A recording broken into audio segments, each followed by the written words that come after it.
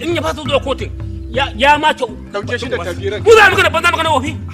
je kotun ina wuni ina gajiya madalla inna lillahi ilaihi raji'un kai jama'a Allah ya taimake ka ranka dade kuma kan kujerar yanzu kai inna lillahi ilaihi Allah ya taimake ka ranka yanzu wannan shin da ce wannan ko balarabiya bakulata na ce ranka dade bakulata na ce yanzu wannan me rake wannan mutum ce wannan a to abin kishi matan mu in sabulu ne a dinga a canja musu kai jama'a dan Allah wai ubanta a garin nan duk garin nan wai ubanta ga yamin dan ke dade da Allah ka kai bambarwa ka ga mahaifinta ka ga tsohonta gashi nan malam Salih ranka dade Allahu akbar ai ka san uwar ta biyu Allah sarki ya gidan ya yara yaya gona ana gaishe ka lafiya wuta an samu ruwa ku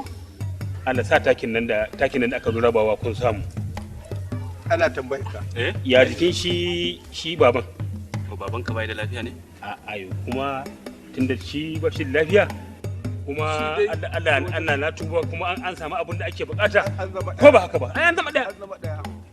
yanzu abin da ne maka dan Allah dauko ko kara ko barandami ya tarafka ta ya rafke ni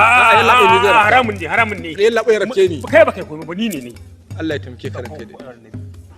dan Allah dan annabi kai ba komai ai ni kalau nake kai jama'a